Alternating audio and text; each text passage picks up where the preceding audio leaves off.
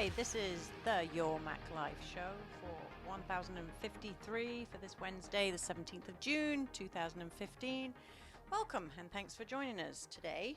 As always, Shawn will be chatting with Jim Dalrymple from Insight.com. Close.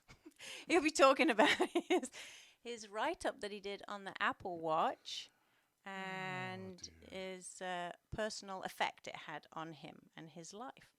We'll also be talking about the MyFitnessPal.com app, which Shawn has been using over the last few weeks.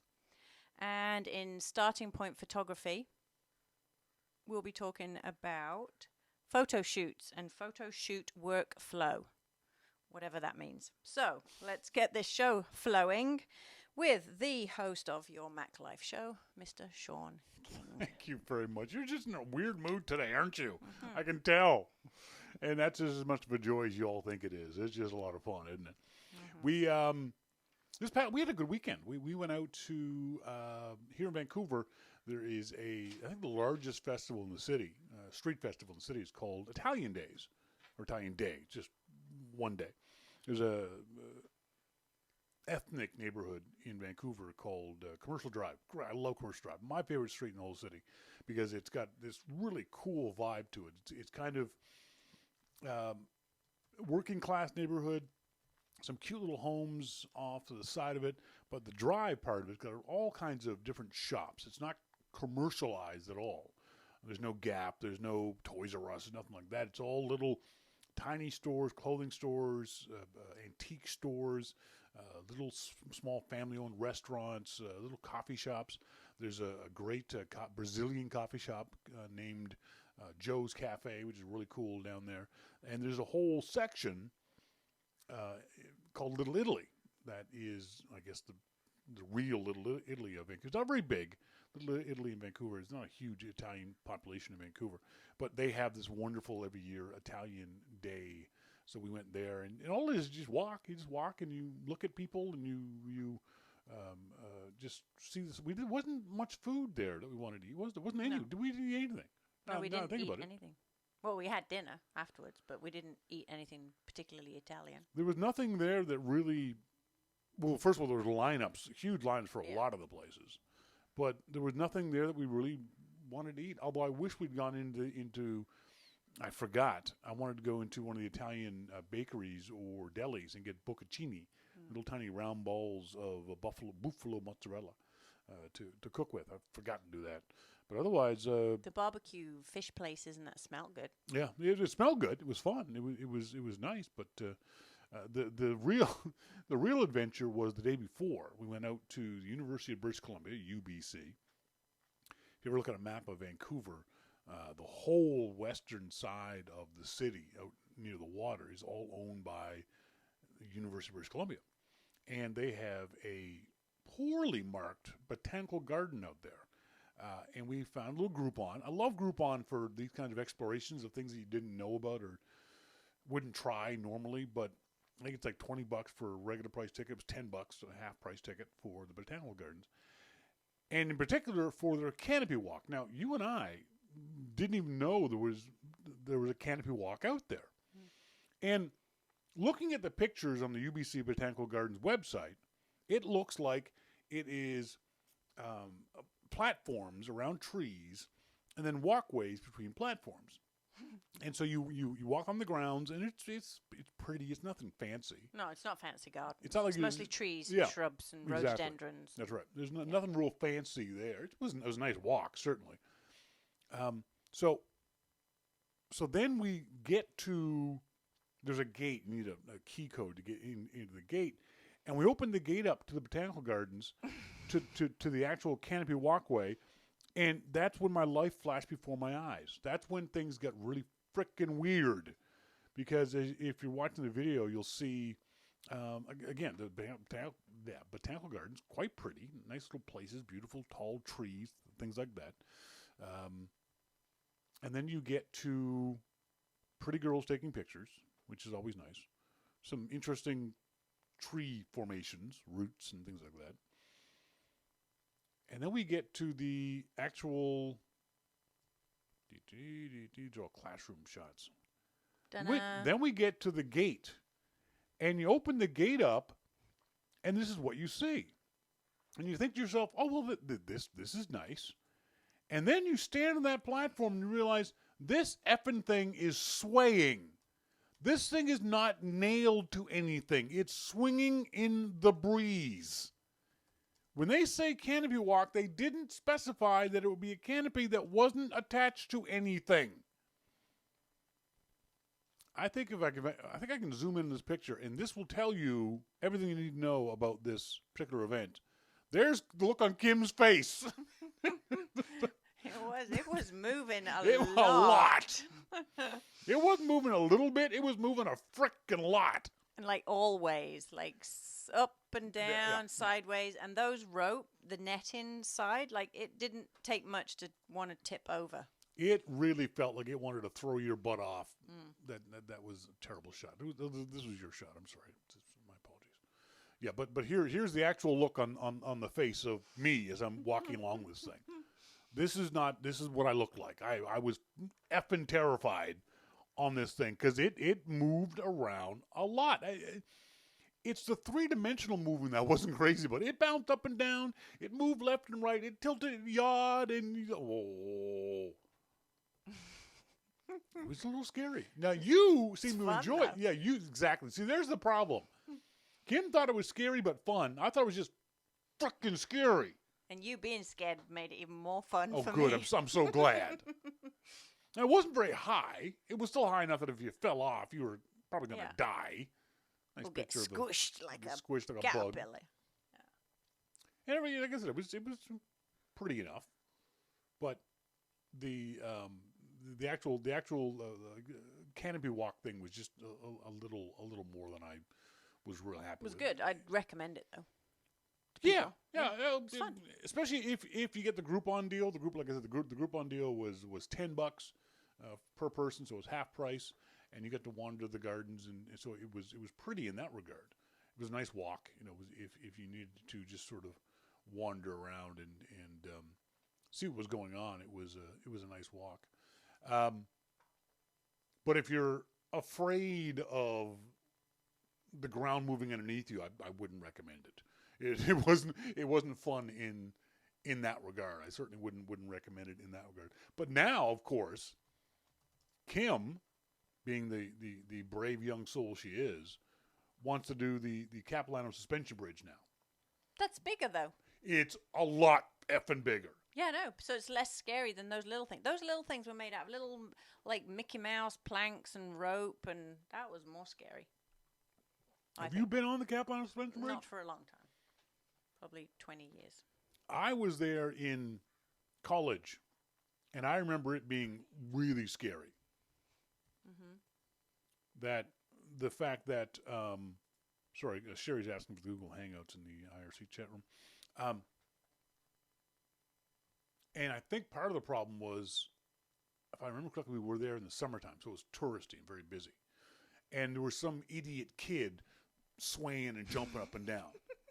And I would have killed that small child and thrown him over the side, because the thing is, the Capilano suspension bridge goes over a gorge, which is like 200 feet down. It's a lot higher up.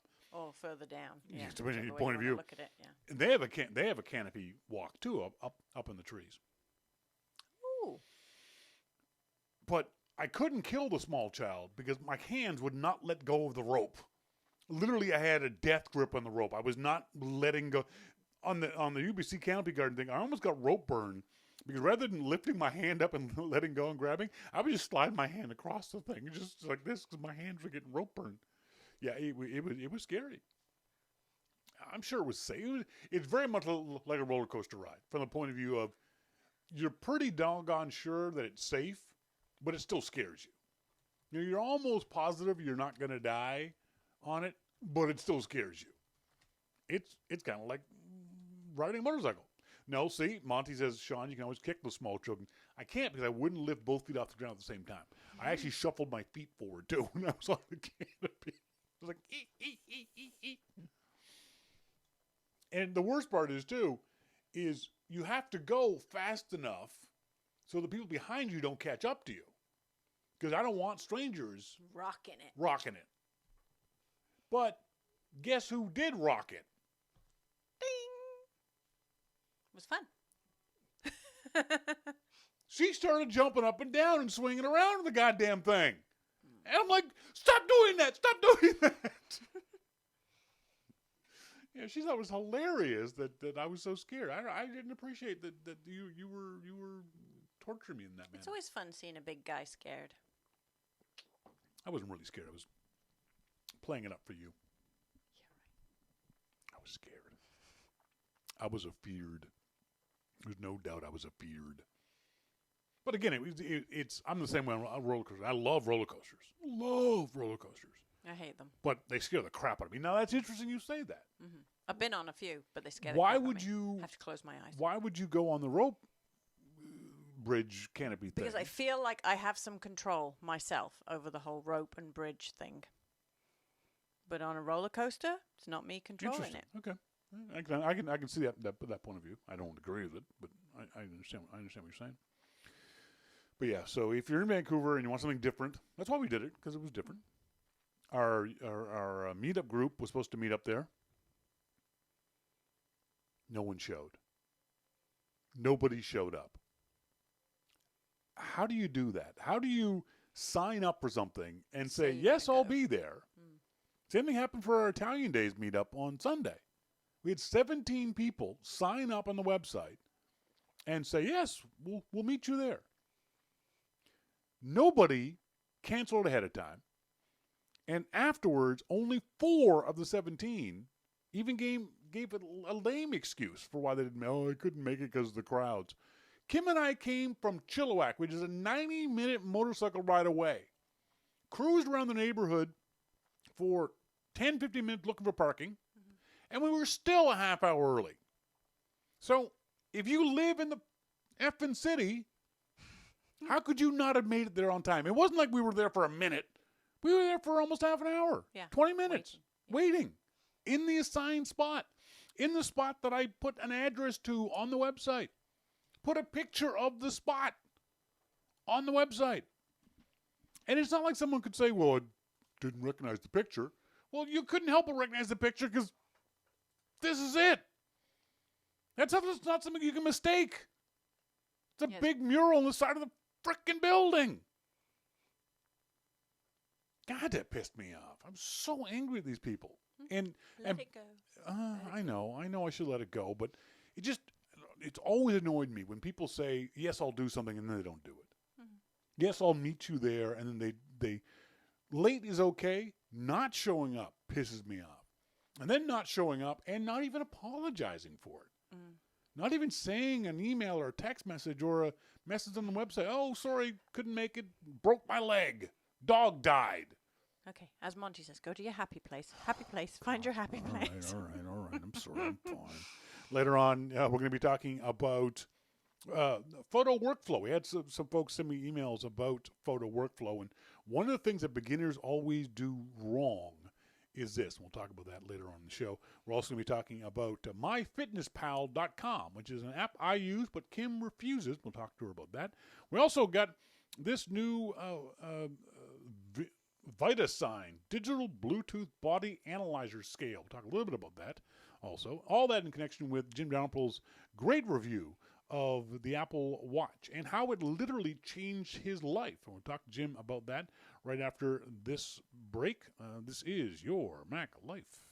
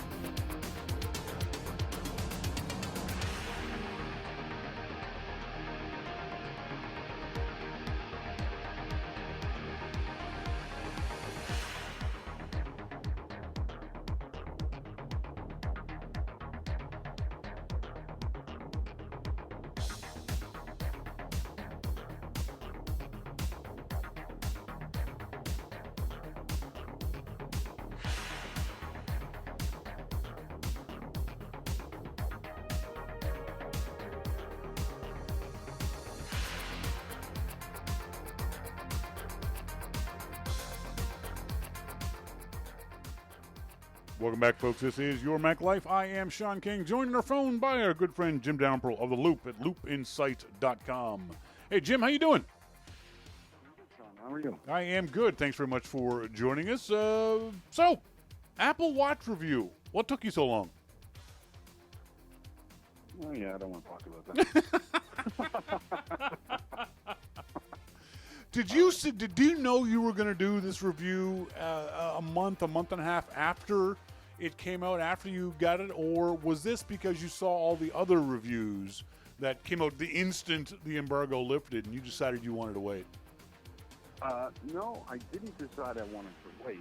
I knew what I wanted to write about, but in order to do that, I would have to wait a bit. But what confused me the most is that the other reviews, with the exception of Gruber, the other reviews kind of blew. Yeah. You know, I didn't.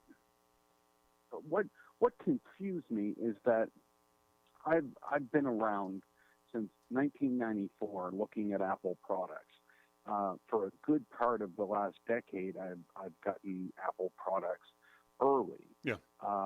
You know, I've been able to quickly assess the good and bad. And I quickly assessed the Apple Watch that it was going to be good. There were obviously going to be some growing pains and things like that, but the overall thing was going to be good. That's not what the initial review said. No. Said that it was difficult to use. And I thought, I couldn't figure out how I had gotten it so wrong. And to be perfectly honest, it bothered me.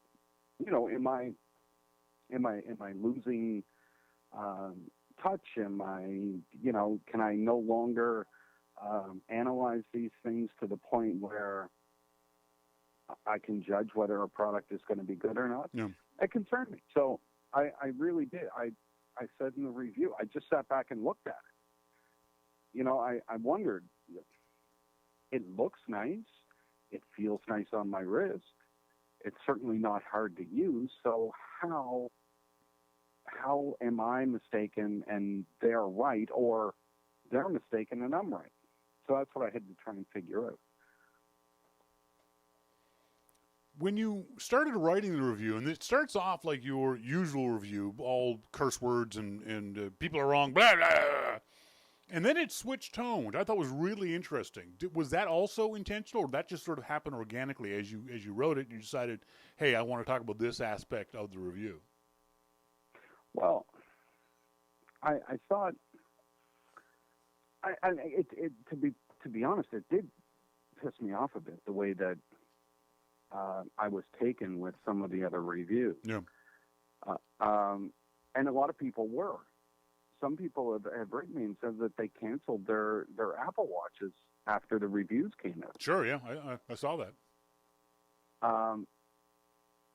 So I knew that I had to address that. And then there's so many things that I could have gotten into with that review. But everybody's basically covered them. The one thing that I didn't think anybody really did a good job on, and the thing that affected me the most, was fitness. Yeah. Which seems odd for me. You know, as I sit here now having a smoke. You know, I mean, it's just, it is kind of odd, but that's what I wanted to write about. I think, I still wasn't sure. Even up until the time I pressed the publish button. Yeah. I wasn't sure that I wanted to put that in there. I think the one thing that I noticed most of all the pre-Jim Dalrymple reviews was something you pointed out in yours, that people constantly were saying the notifications were annoying. And I thought, wait a minute, am I misunderstanding this? Notifications are user controlled. The user sets them up.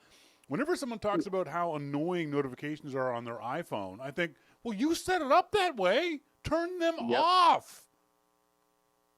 Yep, I know. It's just kind of crazy when a reviewer admits in the review that he has no idea how to use the product, and exactly. Why is he reviewing the product? Because that's basically all it was. You know, I have no idea what I'm doing. Yeah. and I'm going to admit that in the review. Yeah. Kim pointed out something while she was reading the review this afternoon that I thought was really interesting. That you said when someone asks me how to use an Apple design interface, I always tell them the same thing. Think of the easiest way to do it, and 9 times out of 10, that's what Apple did. That's what Kim said. She's learning how to use a Macintosh, and she's saying the exact same thing. That's why she loves her Macintosh, because generally, if you think about the easiest way to do something, that's almost always the way Apple's done it. Well, and you almost have to, because Apple's interfaces, hardware and software, are so minimal that there's only a few ways that you can get to something. Yeah. It's not like, some of the old Microsoft stuff or probably even some of the old Apple stuff. But, Apple's modern interfaces are very sparse. Mm-hmm. So looking at that interface, I want to, share this item. What would I do if I were Apple? Yeah. What's the most logical thing to do here? And, they have screwed that up before. There's no doubt. Sure. There are things where, it would make sense to do this, but they didn't. They did something else instead. But they're continually refining that, and good for them for doing it. You also say that that Siri has gotten significantly better, but you're the first person I've seen that has got possibly a good explanation for it. It's that because the Apple Watch kind of, and this doesn't come out the way I mean it to, forces you to use Siri more often. I rarely use Siri on my iPhone. Generally, I'm using Siri for cooking timer. Siri, set a timer for an hour, for 20 minutes, whatever it might be. I don't use it to do Google searches or to open apps right. or anything else like that. But I didn't realize that you think that maybe Siri isn't getting better so much as that you're getting better using Siri. Well, I think it's both. Yeah. I have no doubt that Apple has improved Siri over the past couple of months. No doubt at all. But I think it's also us that has gotten better. Just because I do use Siri on my watch a lot, yeah. and I didn't use Siri that much, except hey Siri, what time is the hockey game on tonight? Yeah, and it would come up with the time. Great. Or what was the score? And it would come up with the score. But if I'm doing anything else, I would just type it in. And the watch really forced me to use Siri, and I began to get a whole lot more comfortable with, like driving, holding the button and say, play this song or play this band. Or like this afternoon, when you texted me this afternoon, yeah. I was sitting in traffic on my watch. So wait a second. I'm one of the people that you allow notifications to come through on the watch? It slipped through somehow. I don't know. Yeah, how. you shouldn't have told me that, dude. I'm going to be texting you all the frickin' time now. Hey, Jim, how you doing? How you doing? Must be broken. Not getting that one. Must be broken. And what's interesting is that one time, the first question that you asked me, I just responded yes. Yeah. And then the second one, I pushed the button and spoke, and then sent that one back to you. Yeah. So, I mean, there's a variety of ways that you can interact with the watch. And, my hand was on the steering wheel the whole time. Not that it mattered. I was stopped. Yeah. But, it's safe. I can be driving and hold that button in. You don't have to move your hand away from the wheel. Mm-hmm. And, I just talk and say, Siri, play this.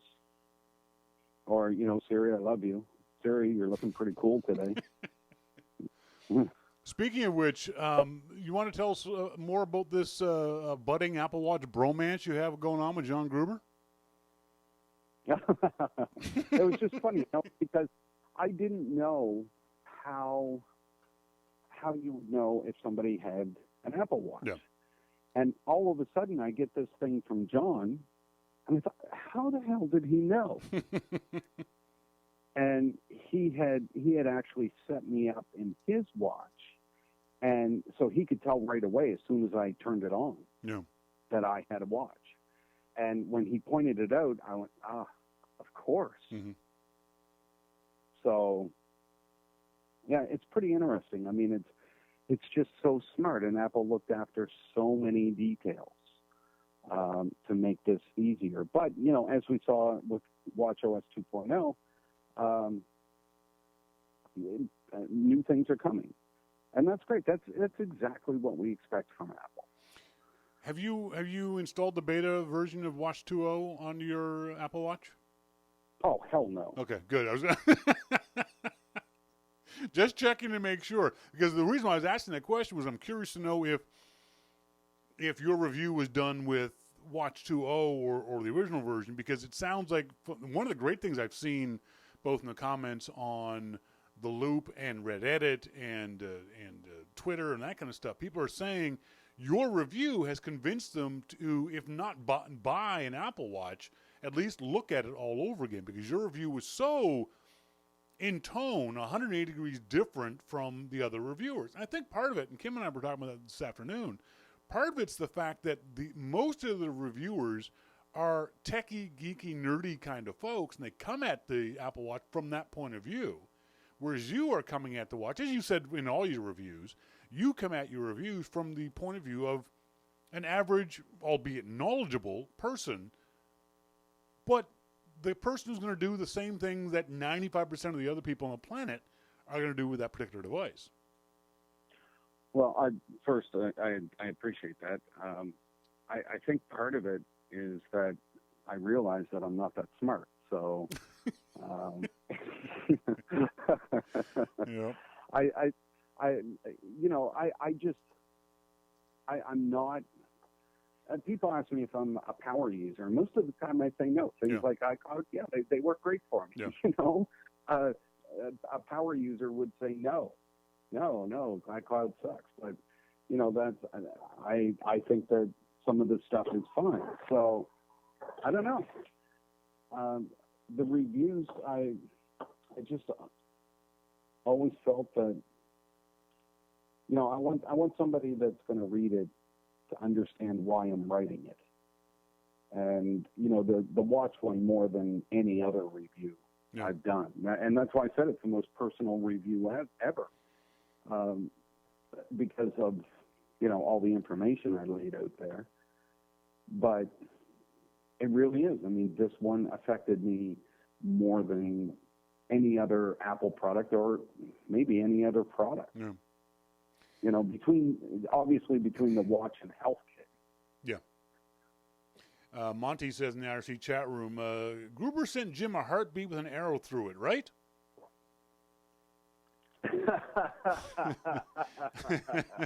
Arcsign says, I didn't go looking for watch reviews, but I read the Loop often. So Jim's watch review is really useful and reignited my desire to buy a watch or two. And I agree. It certainly has done that for me too, Jim. Mosquito says, it's a good review. Making it personal without declaring my use case is universal really helps. That's one of the issues I always have with these sort of reviews from Yahoo News and the New York Times and these kinds of places where the reviewer seems to think that his opinion is applicable to everybody. If I don't like it, nobody will like it. If I like it, everyone will like it. And that's obviously not true. And that's the problem I have with a lot of the reviews. The famous one just a couple of days ago from the New York Times, where the woman was saying she was giving her Apple Watch back, she was returning it. She wasn't the target for the Apple Watch. She doesn't like brands. She doesn't like gadgets. Then why the F are you reviewing the Apple Watch in the New York Times? You're the wrong person to be reviewing the Apple Watch. Yep. That idiot, that idiot on Twitter that I tweeted today, where the guy said that he tried using the Apple Watch for a week without using his iPhone, and it was infuriating. Well, no shit, Sherlock. It's not designed to be used without the iPhone. That's what's so frustrating for so many people, is that these guys aren't reviewing it properly, for lack of a better way to describe it. No, you're absolutely right. And I don't know why somebody, I mean, if you're going to go buy a product, if I'm going to go buy a pair of pants tonight, chances are I know I need a pair of pants, and, you know, I know what kind of pants that I like. And I may try something a little different, but that's what I'm going to buy. Or a new stereo, or, whatever I'm going to buy, a new guitar amp. I could say, well, there are all kinds of them out there. I should try this one. But I'm not going to go buy a new guitar amp if I don't play guitar. Yeah, exactly. That's right. Just to test it out. What use is this guitar amp? I can't even play guitar. This product sucks. That's right, exactly. This is the worst guitar amp I've ever used. Jeez, I mean, I think that's more to get headlines, to be honest with you, than anything else. And I think that's too bad. Not just for Apple. I think it's too bad for the publication. I think it's too bad for whatever product they're reviewing, Samsung, Google, whatever. For a person to accept a review and then want to give it back because it doesn't fit, whatever, doesn't fit that just seems kind of silly. Yeah. I mean, lots of people write me and say, hey, we would like you to review this product. And I write back and say, you know what? That's not really my thing. Yep. I wouldn't be able to do a good review on it. So I appreciate it, but I'll pass. Yeah. And I just wish more journalists had the morals or the ethics to do the exact same thing. Just because your editor says, hey, we want someone to review this thing. Oh, I'll do it. I think part of it, though, is editors are saying things like, hey, everyone loves this thing. We need to find an angle of someone who hates it. So who here hates this thing, doesn't ever want to buy one, you get to review it. Well, that's just idiotic. It does everyone a disservice. Like you said, both Apple, the readers, and the publication itself. The biggest Go ahead. Something like that. Nobody benefits from something like that. Exactly. I have no issue at all. And I brought up some points. I could have brought up a lot more points in the watch review. But I said in there, these are small things. They're broken. They'll be fixed. Yeah. And, there's no sense going on a rampage and listing every single one. Here are the most glaring things that happened to me. Like maps not ending. Yeah. I pushed and said, pushed on the watch, force touch in navigation because I was somewhere where I didn't know where I was and I had to get back out on the freeway. So get back out on the freeway. I knew where I was. I went to turn it off. It wouldn't turn off. Navigation wouldn't stop. I forced touch on the watch and said, stop navigation. And the watch navigation would go away. Yeah. But it wouldn't stop it on the iPhone. So the iPhone would reinitiate navigation on my watch. Yeah. And I'm all of a sudden it's coming back and I'm saying, what the hell is going on? I just turned you off. Yeah. So I had to open up the phone and turn it off. Which defeats the purpose of it. Like you said, it's probably just a glitch. Well, maybe it's a feature. I don't know. Yeah, and I don't mean that sarcastically, but maybe you want to turn it off so you don't have the haptic thing going on in your hand, but you do want to keep it on the phone. Sure. So I have no idea, but to me it seemed odd. You and I have talked several times over the past, 8, 9, 10 months about your, for lack of a better term, fitness regime or lack thereof. And I've said to you, I'm very proud of you, the fact that you recognize and you have lost considerable weight. It was really interesting to see folks tweeting to you and at you, WWDC, talking about how it's so noticeable. I didn't realize it was so much. You said almost 40 pounds or more than 40 pounds in the last 10 months. Do you attribute that to the iPhone and or the Apple Watch, or is that just a lifestyle choice you made 10 months ago?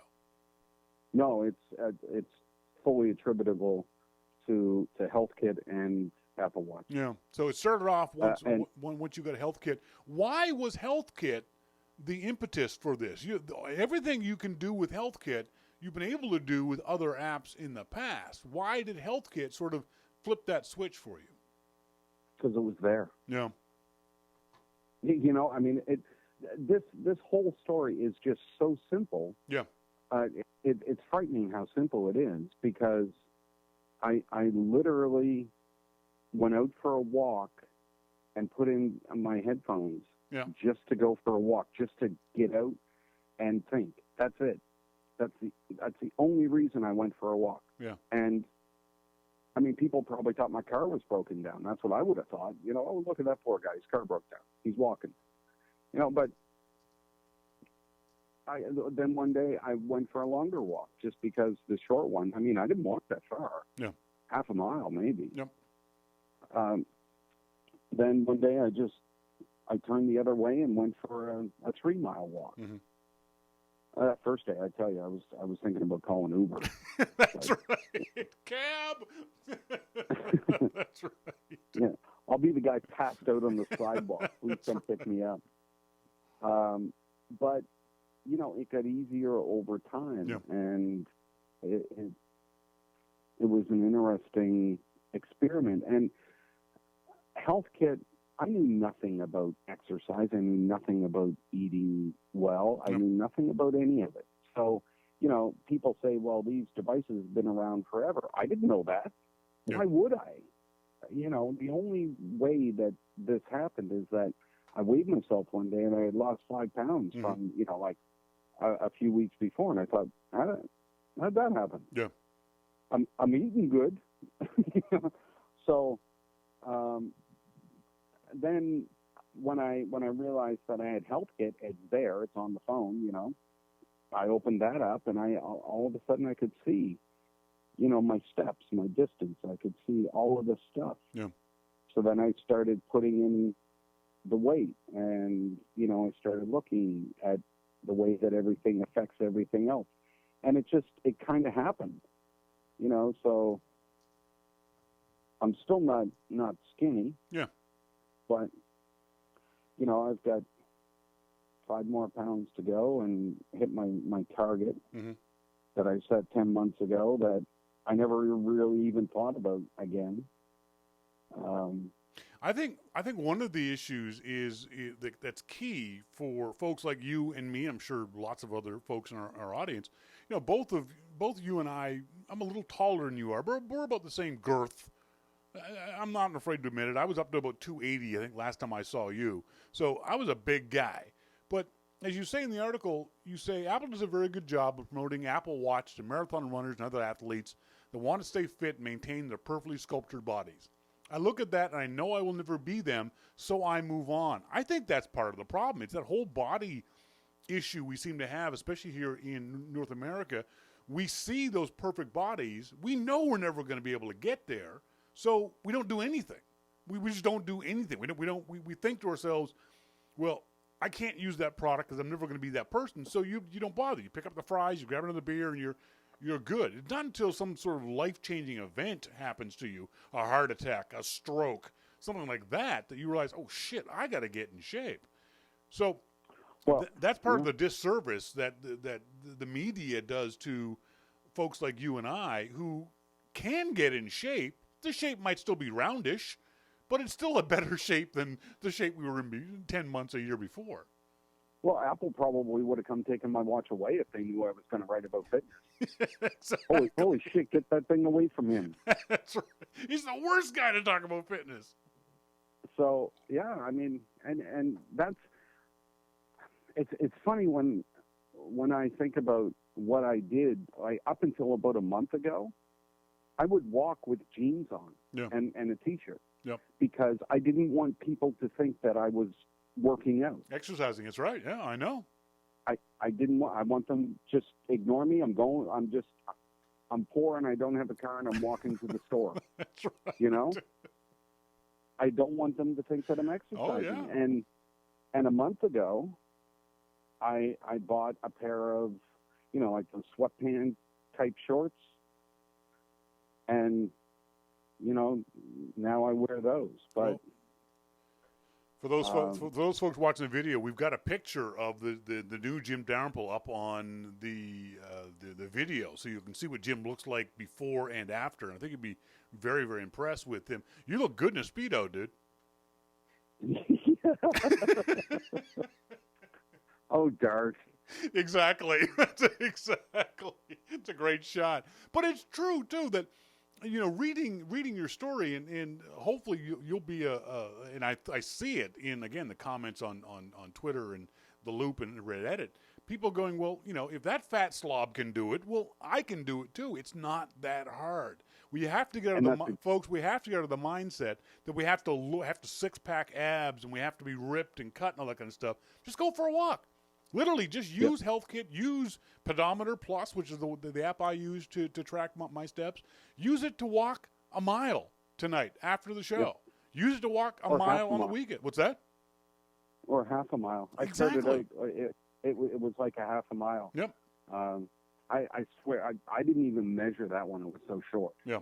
But the longer one, I measured in the car one night by accident. I was sitting at a stoplight where I normally stopped and turned around. Yep.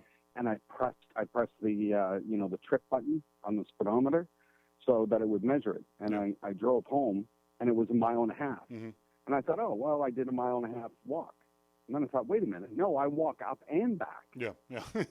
So I did a 3-mile walk, and I thought, no, that can't be right. So I actually went out in the car and did it again, and it was 1.5 miles each way. And there are some times when I can't get out and do it. Sure, yeah. And I don't feel guilty about that. Yep. I do it every day that I can. And if I want to go eat a burger tonight, I'm going to do it. Yeah, exactly. That's part of the issue, too, is that you can't beat yourself up if you miss your target for that particular day. Yes, beat yourself up if you miss your target for a year, but if you miss the target for the day you don't walk those 5,000 or 10,000 steps, that's okay. Either make it up tomorrow or just do it tomorrow. One of the things I found that is very common in a lot of the reviews that have mentioned fitness is the rings on the Apple Watch really seem to encourage you to go a little bit further, don't they? That if you look at your rings and they're 3/4 full or 8/10 full, you'll take a few more steps to fill that ring in, won't you? Well, I'm looking at this now, these rings, and I have met my my move goal, calorie burning goal for the day. I have met my fitness goal for the day, and I've stood 10 out of 12 hours so far, missing 1 hour this morning, and that was during podcast recording. Usually I do stand up during the podcast recording, but for some reason this morning I didn't notice it go off, so I missed an hour there. I don't care. I really don't.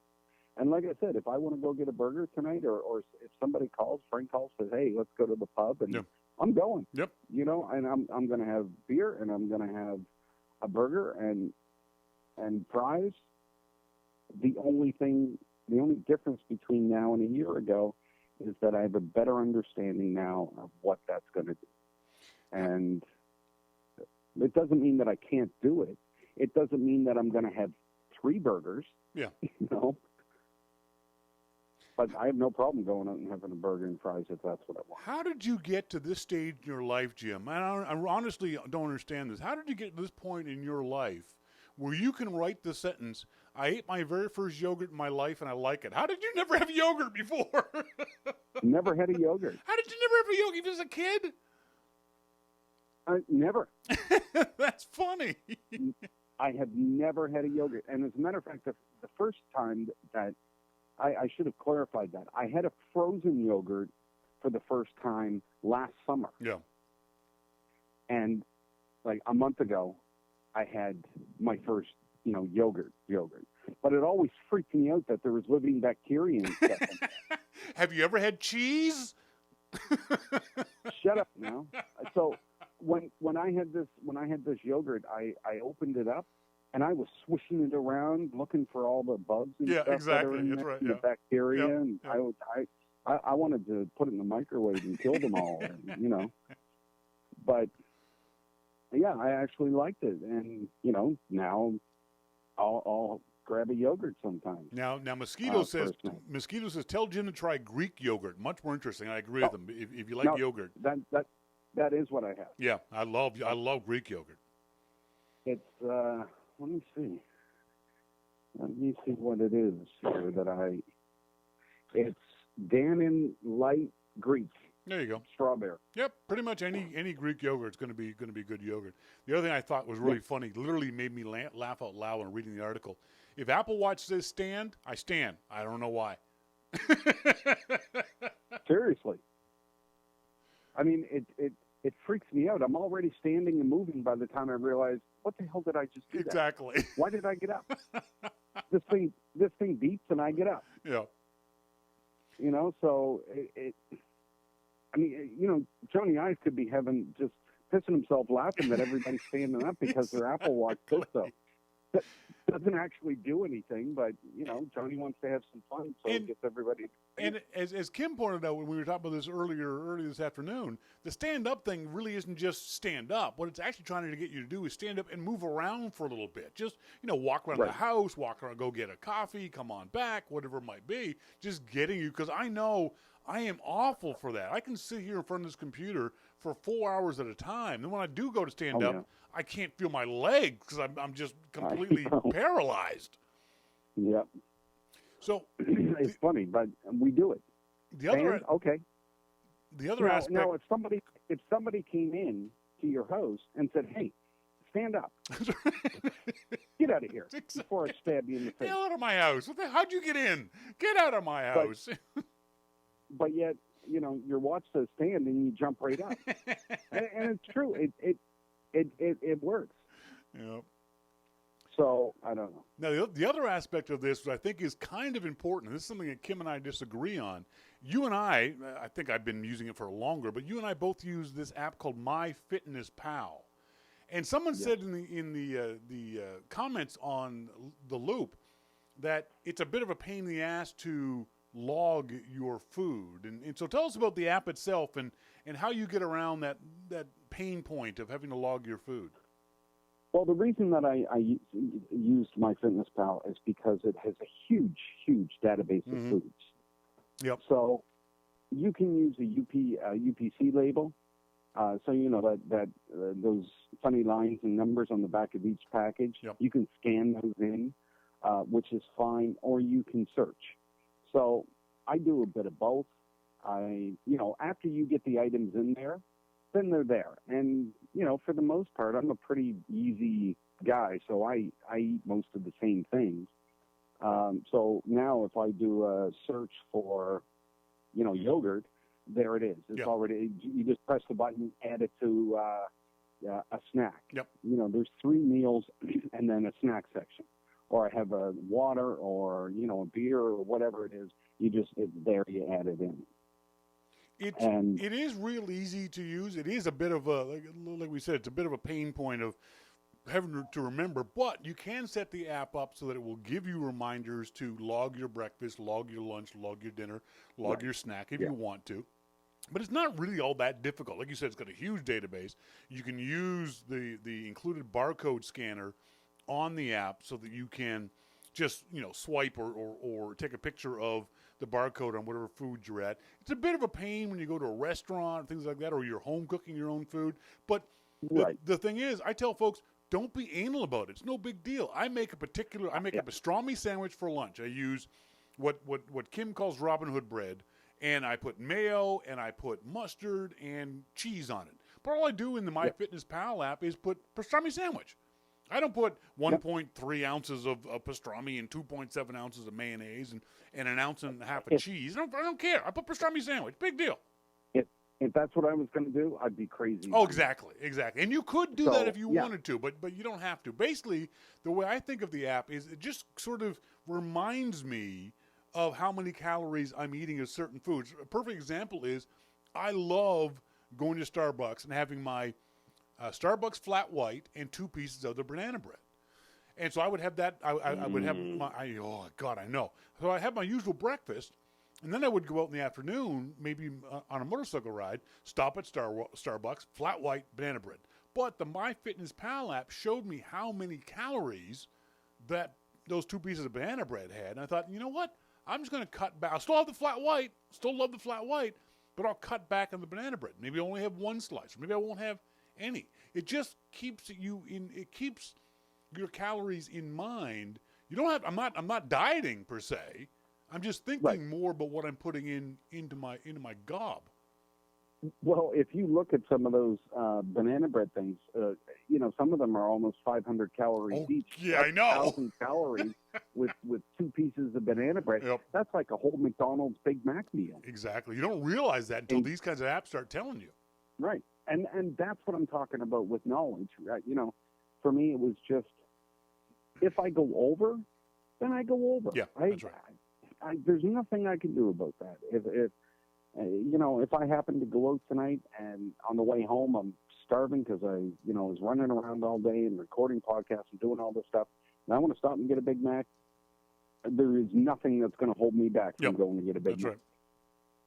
So, I know that it's going to add a lot of calories on, and whatever. Yep. It's something that we should all look at, and we'll talk more about it in our next segment. But it's easy to do. We're not talking about going out and training to run a marathon. Jim showed you guys that all you got to do is walk a little bit. All you do is just pay attention to what you eat. Not stop eating burgers, but just maybe not eat them every night of the week. Try something else every now and then. Try chicken burger. That's what I've been doing. Rather than having hamburgers, Yep. I'm having salmon burgers now. A lot fewer calories, taste just as good. Turkey burgers. Exactly.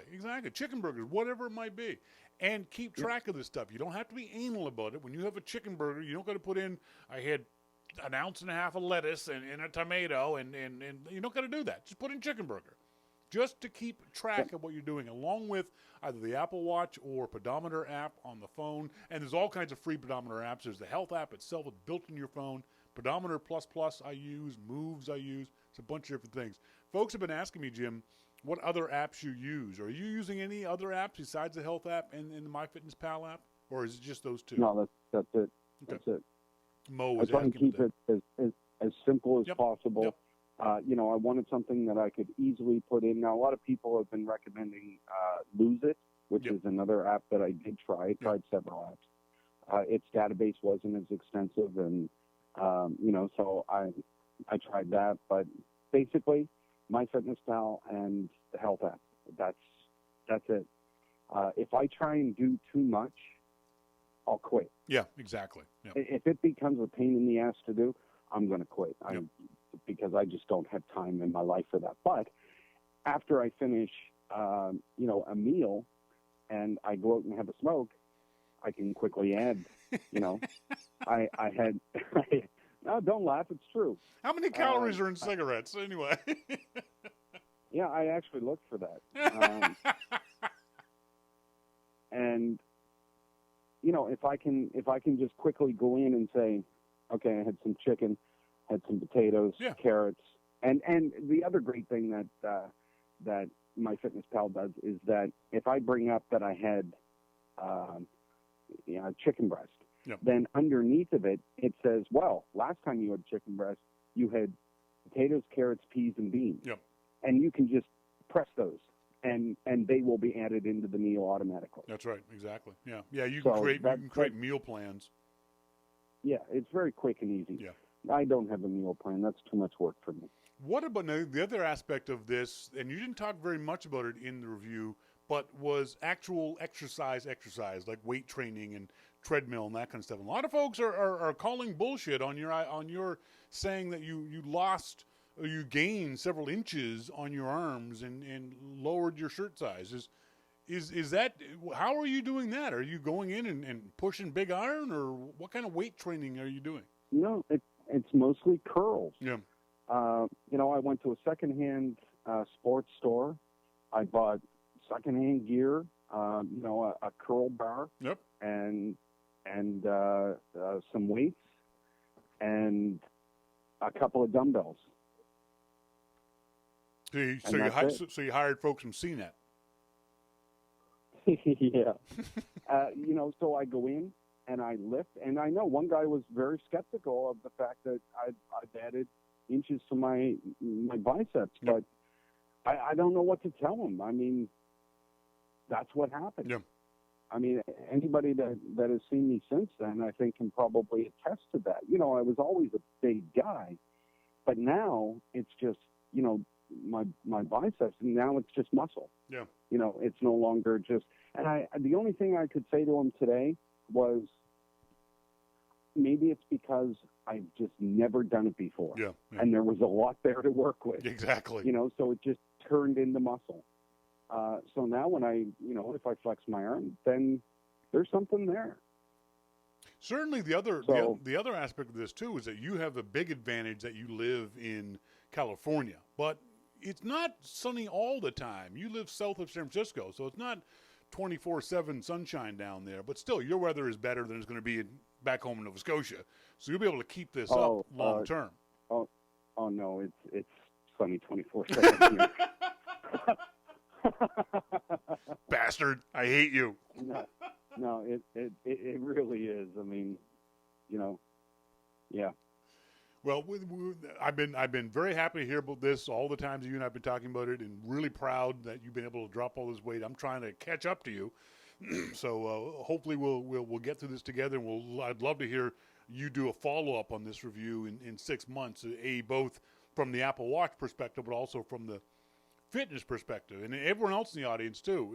Ask Jim, ask me, ask whoever you want to ask about this stuff. It's relatively easy to do. It's not a huge lifestyle change to start getting a little bit healthier, and every little bit counts. I notice, I don't know about you, Jim, but I notice when I've gained a couple of pounds because my knees start to hurt when I'm starting carrying a little extra weight. I can almost guarantee that when my knees start to hurt, I get on a scale, I'm 242 pounds or higher. So as we get older, this stuff starts to make a difference, even just a couple of pounds. So keep that in mind, and it's real easy to do, to just walk. Just get out there and walk around your neighborhood every second night, in the afternoon or in the evening. Just give it a try. Jim Dalrymple from The Loop, at loopinsight.com. Thanks, buddy, for writing that review. It was great. It was very personal, and everyone, including Phil Schiller, really seemed to enjoy it. Yeah. Thanks, Shawn. Thanks, Jim. Talk to you soon. Bye-bye. Bye. Yeah, it was very good. Like I said, I've been talking to Jim. We've been mentioning it back and forth in various podcasts and emails and just text messages back and forth with Jim, and he has mentioned it several times that he's lost weight, and he's one of the things is, and I don't know if this contributes to it, but one of the things is the fact that sometimes the things we use to get help defeat us. Perfect example was today. I got this new VitaSigns digital Bluetooth body analyzer scale, life report system. Basically, it's a BMI and body fat scale that you download the VitaSigns app and you log on to the scale through Bluetooth, and I think it's up to 8 users. So Kim and I both did it, and Kim gets on the scale, and don't take this the wrong way, she's perfectly average when it comes to the weight she has for her height, and that's good. That's a good thing. I'm in the bracket. Sorry, turn your microphone on. Sorry, no, it's on. I'm sorry, I didn't turn you down. Go ahead. Am I on? Yes, you're on. I'm in the bracket, the average bracket. You're in the average bracket, which is not bad. You still want to lose weight, though. You personally do want to lose weight, right? Yeah, I was just talking on a chat room, yes. So they know how much I weigh. Okay, I didn't want to say anything. Now, so the app shows up like this on your phone. And you can see it says I weigh 243 pounds. And according to the BMI index, that's 30.5 BMI, a body fat of 28.5%. Now, I'm sorry, folks. If you have a delicate constitution, close your ears. Fuck you! According to this thing, I am literally obese. I checked it out. I went online and did a search for BMI index, and over 30 is considered obese. I did a search for body fat, and over 25% is considered obese.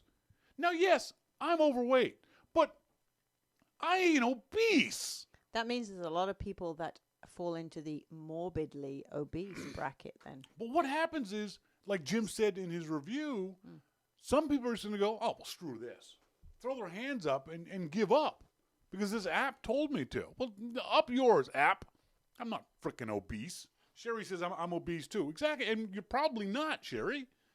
Most of us are, in fact, overweight to a certain degree, whether that be 5 pounds, 10 pounds, 20 pounds. I would like to get back. I remember what it was like in college when I weighed 210 pounds. So I'd like to get back to 210. I mean, losing 33 pounds. So I'm 33 pounds overweight, but I don't think I look obese. I don't feel obese. No. So that's kind of cruel. So I smashed the scale. It's no, you didn't. It's a statistical thing. It's just numbers. And so that program is just set by whoever input those numbers with a guideline that XYZ. Did you put the right height in? Yeah, oh yeah. I put the right height and age and all that kind of stuff in. So the idea of getting the scale, because one of the things is just getting on a scale, a regular everyday weigh you scale, isn't good enough. Because the problem is, if you do exercise, even if it's just walking, and you're losing weight or you're losing fat, say, you might be gaining muscle in your legs, or if you're going to the gym in your arms or your chest or your back or whatever it might be.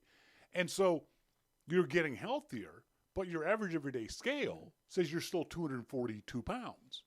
But my arms are getting bigger. My legs feel better. Yeah. And that's why I'm not I do weigh myself and I watch my weight, but I'm not a big fan of numbers. I truly believe in how do your clothes feel on you and how do you feel about yourself when you look in the mirror, when you're naked. Oh, I never do that. Jeez, no. I don't let anyone see me naked. So the body fat index, the body fat scale is better because it measures body fat. It measures BMI. Now, even though those numbers are obviously wrong, at least I now have a baseline of a number. The number could be 12. Number doesn't actually mean anything. What you want to do is you want to get that number lower. So now I can better track not just weight, but body fat and BMI. That 28.5%, if it gets down to 25, I know I'm losing stuff. If the BMI gets down to 25, I know I'm losing stuff. Even if my weight stayed the same, even if I was turning fat into muscle, which, by the way, doesn't happen. It's just what we say. So that's the key. That's why I got that particular scale. Now, the interesting thing is, and Kim and I have been talking about this, you really don't like the MyFitnessPal app. Why not? It's too much hassle.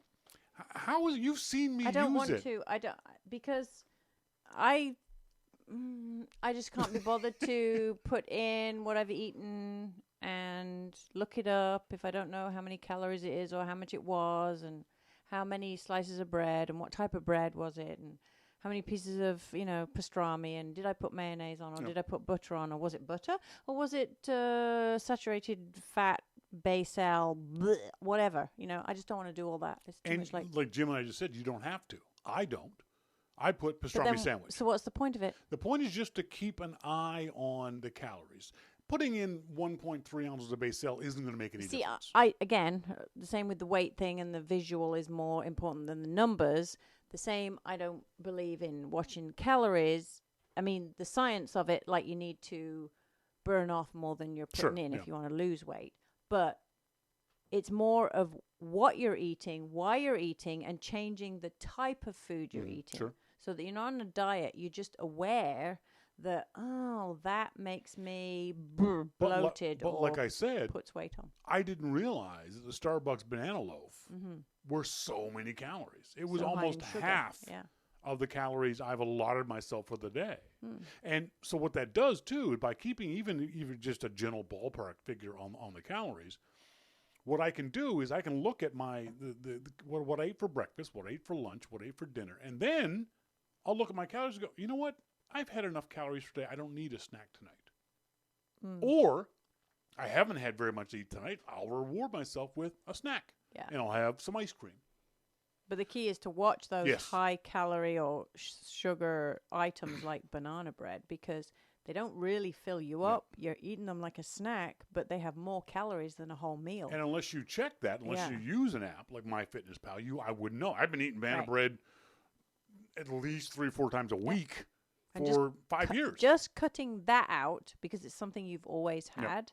You'll notice a difference. Now, Hiker BC makes a really great point. Hiker BC says, BMI is useless. I'm not a small man. He's not. He's bigger than me. and I can hoof 12 kilometers in a stretch with no issues, proper footwear and training. I couldn't walk 12 kilometers with someone with a gun to my head. Mm-hmm. There's no way I could do that. Not as a 12-kilometer walk.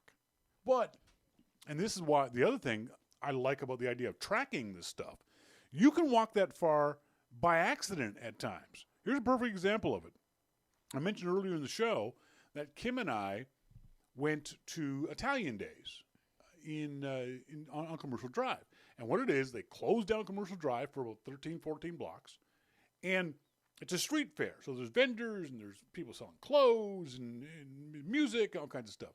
So we got off the bike, we walked, I think, 2 blocks to Commercial Drive. And then we walked to the end of Commercial Drive, to the end of the Italian Days, then back down to meet the people who didn't fucking show up, then back up, and then back down. So that's, if it was 13 blocks, we did 13, 26, 27, we did probably 30 blocks. Mm-hmm. Were you tired at the end of it? Did your feet hurt? Not really. I was okay. I was okay too.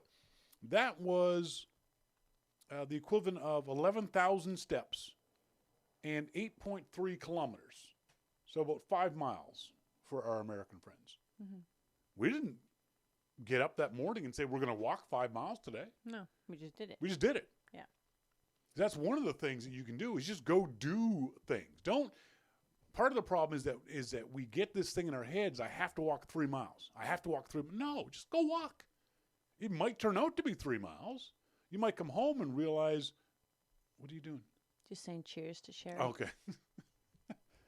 You don't have to say, all right, I have to map out 3 miles. Just go walk. You'll figure it out eventually. The route you and I do when we go for our walks here in the evenings is I think we sit about 4 kilometers there and back. Yeah. But we didn't set out to walk 4 kilometers. We literally set out to walk to the end of the street, make a right to the end of that street, and then we'll come back. There's no planning of it. There was no saying, today we're going to walk 5,000 steps. No. We're just gonna go and do it. That's all you got to do, folks. Just go out and do it. Don't need to think about it. Just wherever you are tonight, tomorrow night, after supper, just walk supper off. Just go and walk around your block. Literally, if you live in the city, you walk around your block. Now, here in the country, walk around your block means you're walking 15 miles. So it means because the blocks are big in the city, as it turns out. In the country. In the country. So just get out and walk.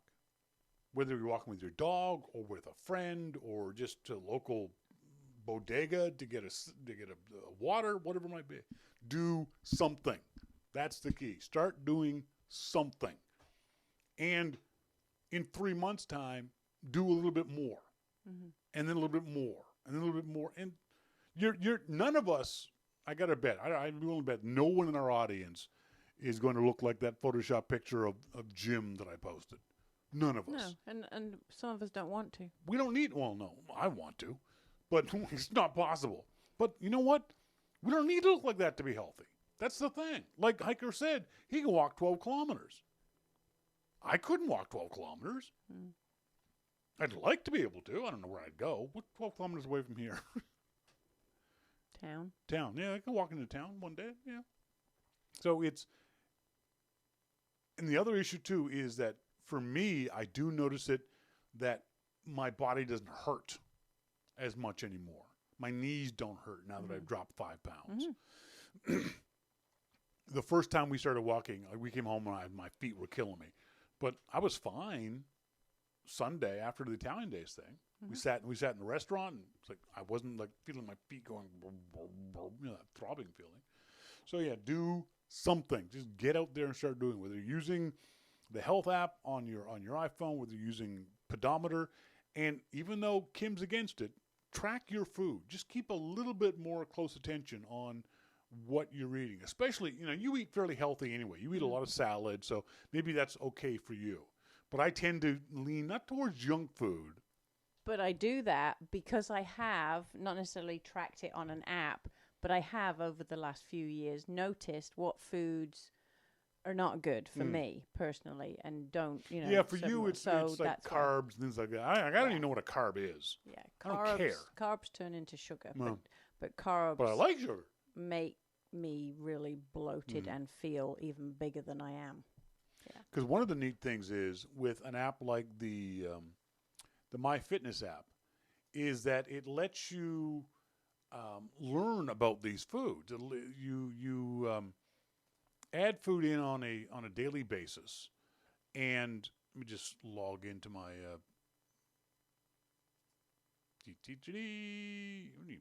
piss off. Sorry, just trying to log into the website, and I'll show you. So here's an example of my fitness app for today. It says I have 727 calories remaining. This is what I've lost 22 pounds. That can't be right. That can't be right. Check in. Let's check in. I use this app on the phone more than I use the website, so that's why I'm a little squirrely on the website. I'm trying to find the diary for the past couple of days. Here we go. So here's an example of what yesterday's food was. So my breakfast was a generic muffin, and I didn't. These were homemade muffins. These were muffins I made. So I just did a search for Greek yogurt banana muffin and picked whichever one came up. And I had 3 of those. It said there was 435 calories. Now that's not the exact number of calories I had. I'm just giving a general ballpark. Coffee.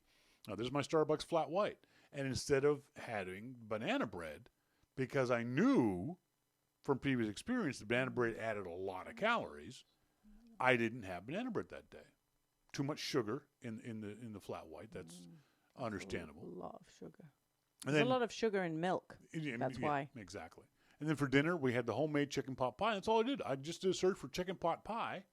It came up homemade. I didn't put that I had 2 cups of vegetables in there or that I had a pound of chicken. I didn't put all the ingredients in. I just did a search for chicken pot pie. But see, look at the difference. You could go have a coffee. Into the microphone, sweetie. Into the microphone. Oh, sorry. A flat white coffee and a banana bread or even that muffin. Look at the amount of sugars you just took. Yeah. And they don't fill you up. Yeah. They don't fill you up. But you could come home and have a chicken pot pie. Which is very good. Really good. It's only 7 sugars. But look at the sodium on the chicken pot pie. Yeah, that's a lot. Yeah. So that's the other thing about this that I really like is that it helps you understand that even though these are more calories, the sodium on these things are just nasty. The salt and sugar is what you want to keep an eye on. So I'm just going back another day and seeing a day that I did good because these days are bad. Oh, and the other thing about the MyFitnessPal app that's really good is that it adds your exercise. So because I exercised on this Sunday, this was the Sunday of the Italian days, it gave me more calories that I could burn because of the exercise. Oh, right. Yeah. So here's what we had for lunch. Yam fries, lamb burger, a beer. There's my flat white. And again, I didn't have the banana bread. And then we had cheddar popcorn that evening. So it says here at the bottom, you've earned 740 extra calories from exercise today. And then it says if every day were like today, you'd weigh 230 pounds in 5 weeks. That'd be kind of cool. Yeah. MyFitnessPal.com is the website. It's really, really easy to use. It's a free app on your phone. It's a free service to use. There's a pay component to it, but I haven't yet needed or wanted to include the pay component of it. So try it out if you think it's something that you might be, interested in, and give it a try and see if it is something that you might be able to use. And now in our starting point photography segment. By the way, I mentioned this before. I keep forgetting. Email us to onair@yourmaclifeshow.com if you have any emails you want to, if any comments you want to make about tonight's show or any other show. Or as always, Shawn@yourmaclifeshow.com during the week if you'd like to send us emails then. So I've gotten a bunch of questions in the last little while about photography workflow. What do I do? what do I do after I take the picture? One of the tough things for beginners to learn is once they've taken that picture, that really nice picture, what do they do with it next? And as I've said many, many times, every picture you take needs some sort of post-processing.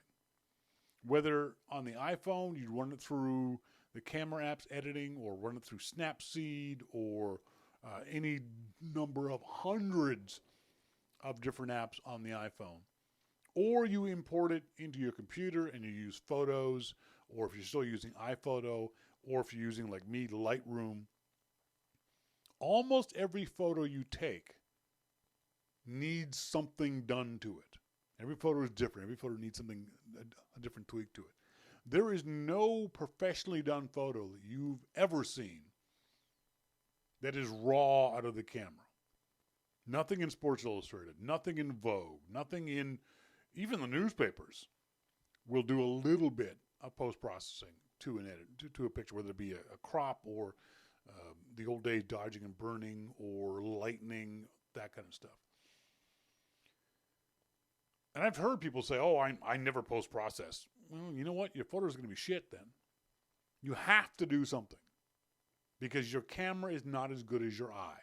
What you saw is not what the camera captured. The camera cannot capture perfectly what you saw.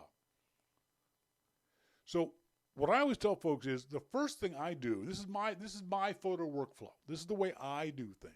You can find a different way. And if you have a different way, let me know. Maybe your way is better than mine. Let me know.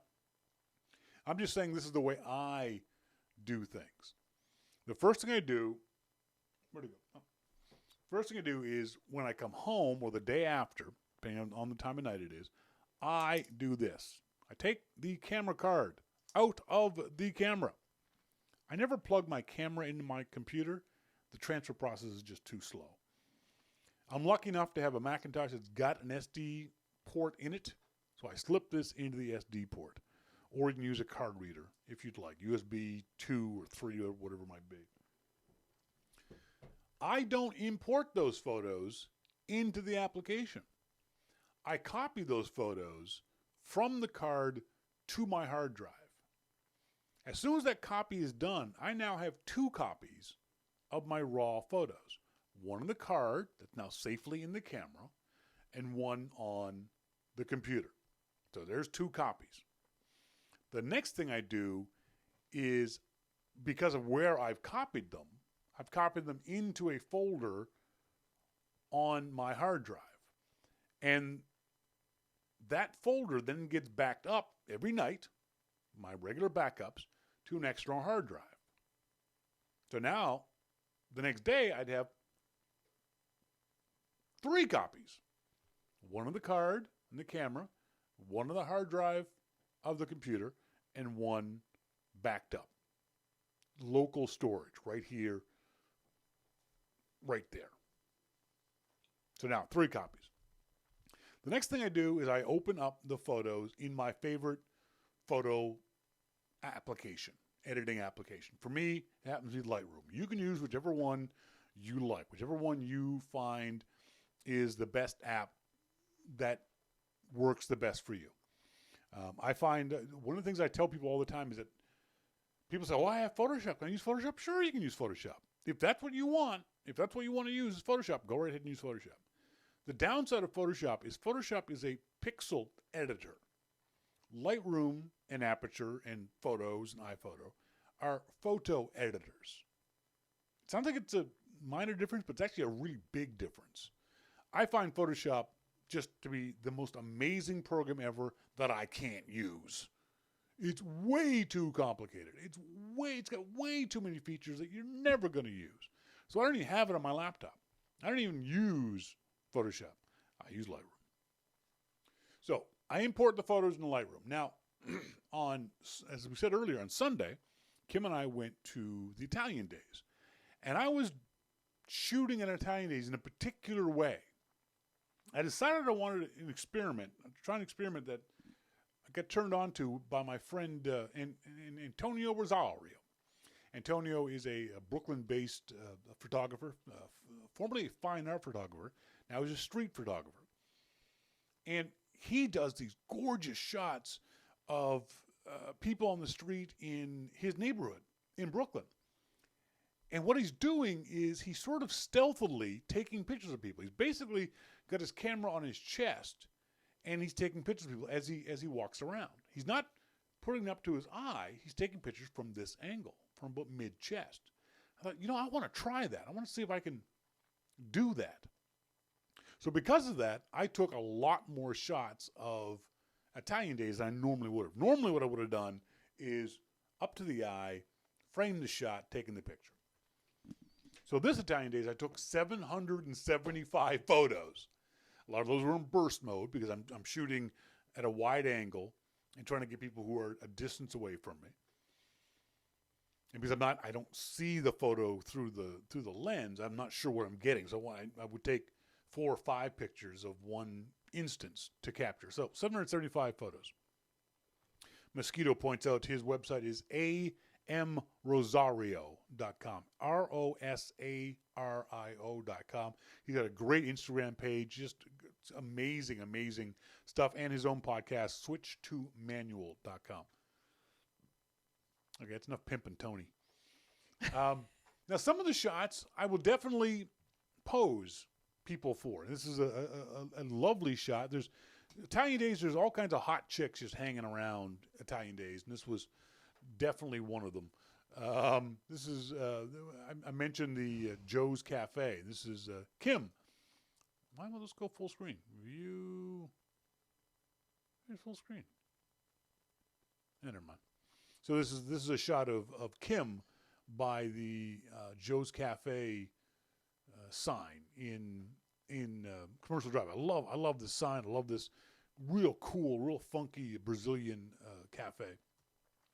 So the first thing I do is I start going through these photos, and I get brutal with them.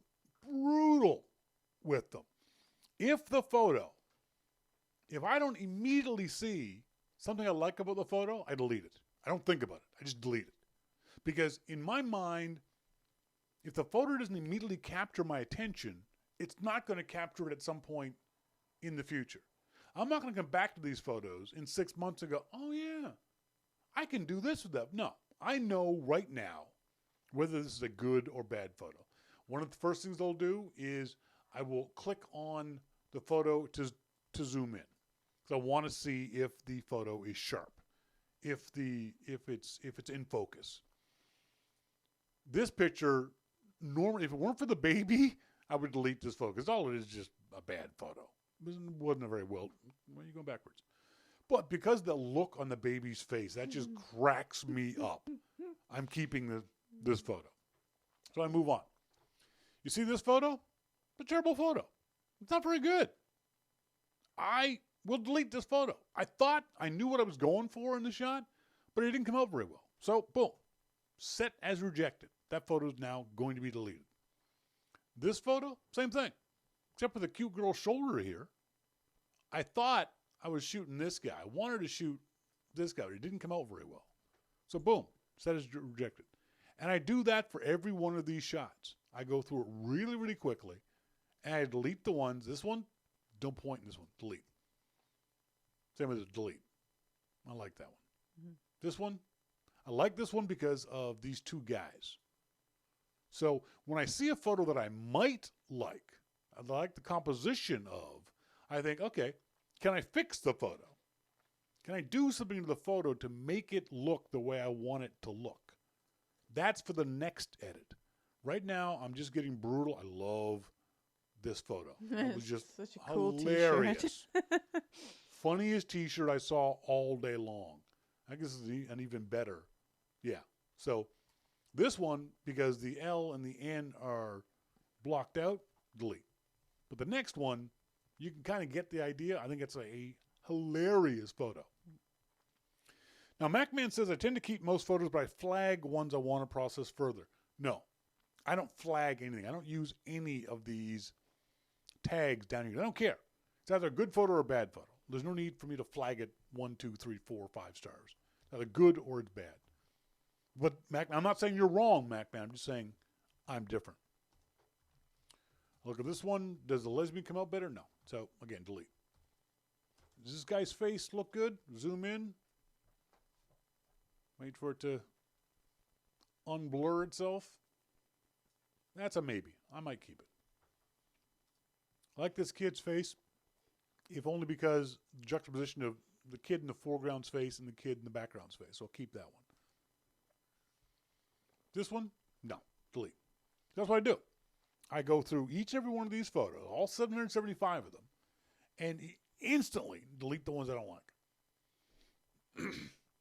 We got these down, or I got these down. I say we, but to, how many photos are in here now? The first pass, I got that down to 92 photos. So from 775 down to 92. And those 92 are gone forever. I deleted them off my hard drive. Now they're still backed up on my card, and they're backed up on my hard drive. Sorry, my backup hard drive, my external hard drive.